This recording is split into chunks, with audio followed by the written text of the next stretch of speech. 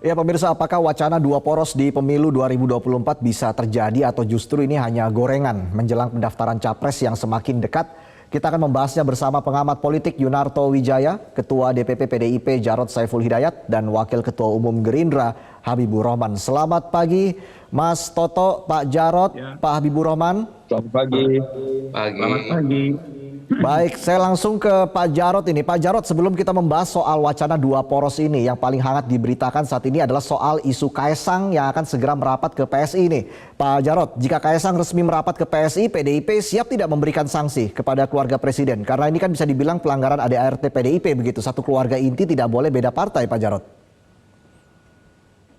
Pelanggaran seperti apa, ADART seperti apa? Sudah baca belum ADART PD Perjuangan?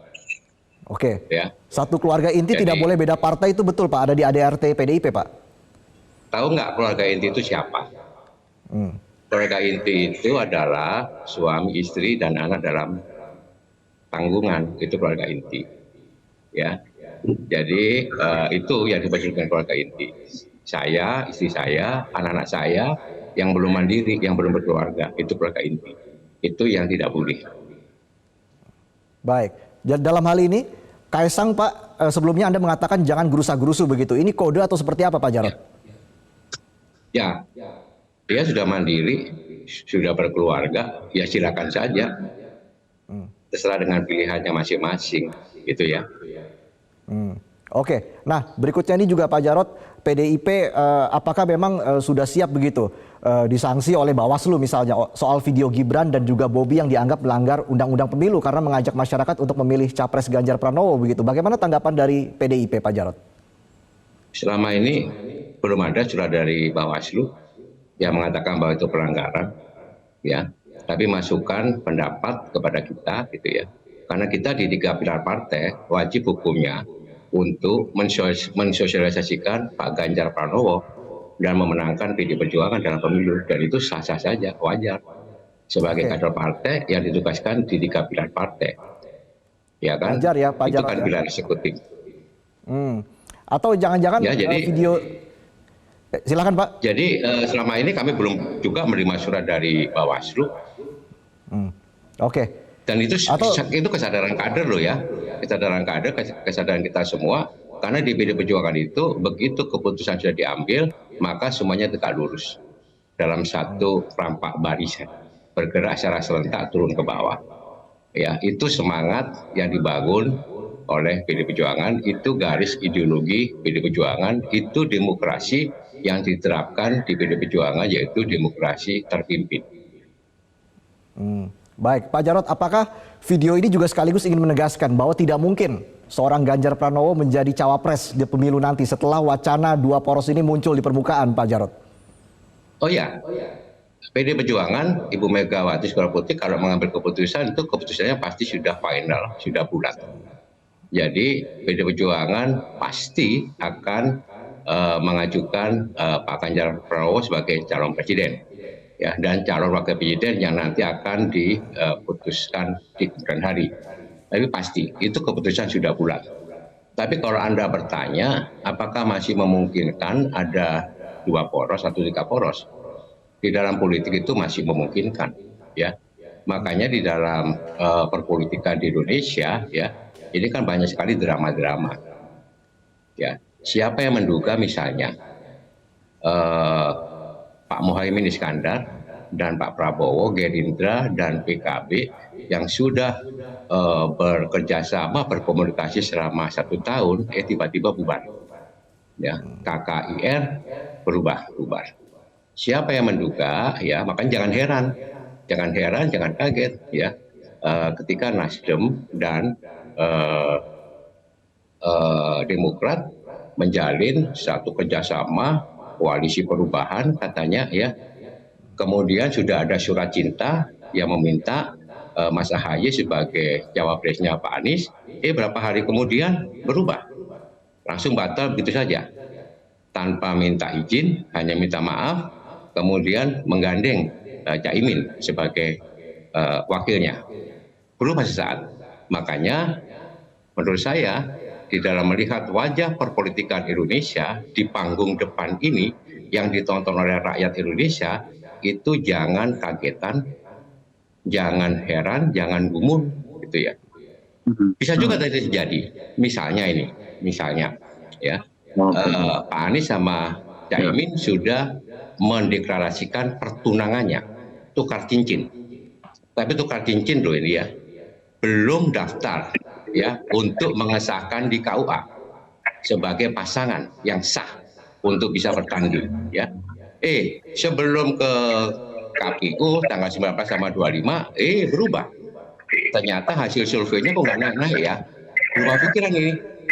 Apakah sebaiknya misalnya PKB gitu ya, kemudian merapat ke PD Perjuangan atau CPLK ya, CLBK ya ke Partai Gerindra. Ya, cinta lama bersemi kembali misalnya. Jadi semua kemungkinan masih terjadi. Tetapi kita memastikan bahwa PD Perjuangan firm tetap mengusung Pak Ganjar Pranowo sebagai calon presiden yang akan didaftarkan di KPU tanggal 19 sampai 25 Oktober nanti. Baik, saya langsung ke Pak Habibur Rahman. Pak Habibur Rahman, bagaimana Gerindra melihat wacana ini? Hanya ada 2 poros di Pilpres 2024 nanti. Ya, pada intinya kami selalu siap dengan kemungkinan yang terjadi ya, apakah 2 poros atau 3 poros, kami siap memajukan Pak Prabowo sebagai capres. Nah, kemudian ada wacana duet soal Pak Prabowo dengan Pak Ganjar. Kami ya pertama kami secara ideologi memiliki kedekatan dengan PDI Perjuangan. Bahkan banyak misalnya praktek-praktek di PDI Perjuangan yang kami jadikan contoh ya dalam berpartai. Kemudian secara politik sebetulnya kami dengan PDI Perjuangan dalam satu platform yang sama, yaitu memandang pemerintahan saat ini sudah berhasil dan keberhasilannya harus dilanjutkan. Secara individu juga ada kedekatan Pak Prabowo dengan tokoh-tokoh di PDI Perjuangan. Namun ada satu hal yang perlu memang kita pertimbangkan masak-masak, bahwa di satu sisi kami sangat menghormati PDI Perjuangan yang sudah menetapkan Pak Ganjar sebagai capres. Itu penetapan yang sangat resmi kalau nggak salah dalam Rapimnas atau pengambilan keputusan resmi partai. Di sisi lain, kami juga sudah menetapkan Pak Prabowo sebagai capres. Bahkan bukan hanya Gerindra, tetapi beberapa partai koalisi pendukung yang saat ini yang semalam bertemu ya dan sekarang intens. Nah, jadi sebagaimana disampaikan Pak Prabowo, yang paling penting bagi kami sekarang adalah bagaimana memastikan ya kontestasi ini berjalan dengan sejuk, rukun, guyup. Karena yang berkontestasi ya, 2 kontestan utama ini sebetulnya saudara gitu kan. Nggak ada beda-beda yang terlalu antagonis gitu. Siapapun yang menang, misalnya Pak Prabowo dan Pak Ganjar, saya pikir sama-sama win-win solution. Kalau misalnya kami diberikan amanah ya, kami tentu akan dengan senang hati mengakomodir Pak Ganjar ya dan kawan-kawan PDI Perjuangan, dan juga siap memperjuangkan nilai-nilai yang mereka perjuangkan. Sebaliknya, misalnya belum ada rezeki Pak Prabowo yang menang, Pak Ganjar yang menang, kami pun menitipkan idealisme kami ya, perjuangan kami ke Pak Ganjar. Jadi yang paling penting itu, karena kalau bicara soal sosok capres dan cawapres di koalisi Partai Gerindra itu akan diputuskan oleh Pak Prabowo dengan melibatkan dalam musyawarah para ketua umum partai politik pengusung. Oke, baik. Tapi Pak Habib, sebenarnya Pak Prabowo rela tidak menjadi cawapres dari Pak Ganjar, legowo begitu? Ya, bukan soal rela atau tidak rela, itu tadi yang semuanya kedua-duanya sudah dalam posisi dicapreskan oleh partai dan koalisi masing-masing. Pak Prabowo ditetapkan dalam Rapimnas Partai Gerindra, begitu juga Pak Ganjar. Jadi kami menghormati ya, Pak Ganjar memang maju sebagai capres yang ditunjuk oleh PDI Perjuangan dan koalisinya. Begitu juga kami tentu keputusannya tidak berubah ya, belum berubah soal Pak Prabowo sebagai capres dari Partai Gerindra. Oke, jadi walaupun ini nanti misalnya terjadi 2 poros, tidak masalah bagi Gerindra ya, siapapun presidennya begitu ya, atau antara Pak Prabowo ataupun Ganjar Pranowo begitu ya? Tidak masalahnya, artinya gini, 2 poros kami tidak masalah, apakah ada 2 poros, yang jelas kami tetap teguh mencalonkan Pak Prabowo sebagai presiden. Tapi sejauh ini sudah ada tawaran belum Mas Habib soal menduetkan Ganjar Prabowo ini? Mungkin dari PDIP begitu, Mas Habib? Belum ada, setahu kami belum ada. Oke, baik. Saya langsung ke Mas Toto. Kalau begitu Mas Toto, jadi bagaimana ini peluangnya untuk bisa terjadi dua poros? Apakah ini peluangnya sangat besar? Karena kan melihat wacana dua poros ini sepertinya sebuah kode kuat begitu dari PDIP. Atau Anda melihat ini hanya gorengan saja karena sudah mepet dengan waktu pendaftaran Capres? Bagaimana Mas Toto melihat ini? Pertama ini belum mepet ya Mas, karena masih sebulan sebetulnya. Mepet hitungan pendaftaran Capres itu kalau kita bicara besok itu sudah hari terakhir gitu.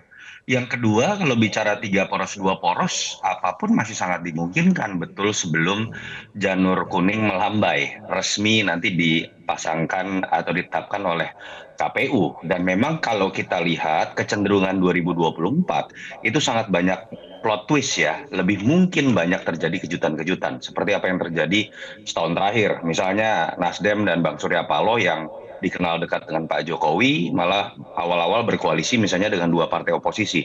Artinya memang dalam situasi seperti ini ketika incumbent tidak bisa maju kembali, polanya memang akan terjadi pola yang lebih mengacak. Yang tadinya berbarisan koalisi bisa berpindah kutub. Begitu pula sebaliknya yang oposan bisa masuk ke dalam barisan koalisi pendukung pemerintah. Nah, tetapi apakah dimungkinkan bergabungnya Ganjar dengan Prabowo? Secara konsep memang sangat mungkin. Kenapa? Karena dua-duanya mengklaim akan melanjutkan programnya Pak Jokowi. Apakah pernah ada momen yang menunjukkan bahwa keduanya ingin disatukan? Ada. Tanggal 10 Maret kalau kita lihat di Kebumen, Pak Jokowi membawa keduanya dan kemudian ramai dalam sosial media, pemberitaan. Nah, tetapi ada hal yang memang belum bisa disatukan dalam konteks itu. Ketika bicara 10 Maret pun, peristiwa bersama-samanya Mas Ganjar dengan Pak Prabowo, pendukungnya Mas Ganjar berbicara mengenai Ganjar Prabowo. Pendukungnya Pak Prabowo berbicara mengenai Prabowo Ganjar. Dan tadi sudah dijelaskan oleh kedua petinggi partai, karena keputusan tertinggi dari partai itu sudah menyalonkan Pak Prabowo menjadi capres, menyalonkan Mas Ganjar menjadi capres. Situasi real lainnya adalah ketika keduanya ini punya peluang untuk menang kalau kita baca di survei. Sehingga kemudian pasti keduanya merasa pantas secara taktis untuk bertarung menjadi RI1 bukan menjadi RI2. Itu yang menurut saya menyebabkan kalau kita mau berspekulasi mengenai dua poros pun tidak bisa hanya menggunakan satu skenario bergabungnya Ganjar dengan Prabowo. Tapi bisa juga masuk dalam skenario apakah koalisi Caimin Anies dengan Caimin jangan-jangan masih ada peluang untuk bubar dan masuk kemudian di dua koalisi yang ada. Itu yang menurut saya juga harus dilihat sebagai skenario lain. Oke, tapi apakah memang dengan adanya dua poros ini ancaman polarisasi akan semakin tajam? Kita akan lihat nanti ya analisa dari Mas Toto seperti apa. Tapi kita jeda dulu. Selamat Pagi Indonesia akan kembali sesaat lagi. Cara mudah mendapatkan informasi dengan satu sentuhan jari. Download Metro TV Extend.